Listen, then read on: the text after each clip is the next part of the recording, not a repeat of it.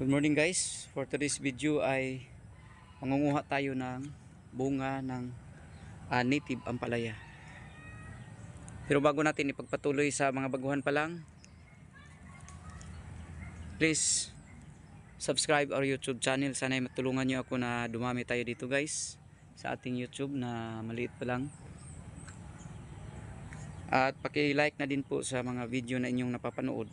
At huwag na din kalimutang pindutin ang notification bell upang updated kayo sa mga video na ating ina-upload. Yun lang po, maraming salamat po. Ito yung native ampalaya guys, isang puno to. Tinanim natin dito sa paso. Ito ang kanyang puno. At pinapaakyat natin dito hanggang doon, hanggang dito, doon, papunta sa ating nursery net. Pasensya na sa ating mga linabhan sa amin. So dito siya natin pinapaakyat. At sa ngayon nangunguha tayo upang ating gawing ulam. So masarap to, organic to. Ang itong ano niya, udlot ito ay masarap to sa munggos, no, yung munggo. May munggo na gulay, masarap to siya halo. So dito sa probinsya, kahit na wala tayong pera, makakain pa rin tayo ng mga masustansya na pagkain at organic pa, save tayo dito.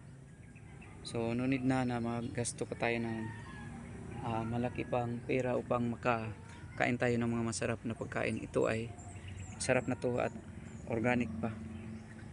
So mga native, nandoon lang sa ating paligid. Ayan, ang dami ng hinog na bunga. Ayan, nagpula yan, hinog na, hindi natin na ubos lahat pagkuha nung isang araw. Ito ang ating ulam ngayon. Ito yung ating nakuha at mayroon pa sa itaas na portion. Kukunin natin yan lahat upang uulamin natin. So sinasadya natin talaga ito na itinanim dito upang may makain tayo, no, na native na ampalaya.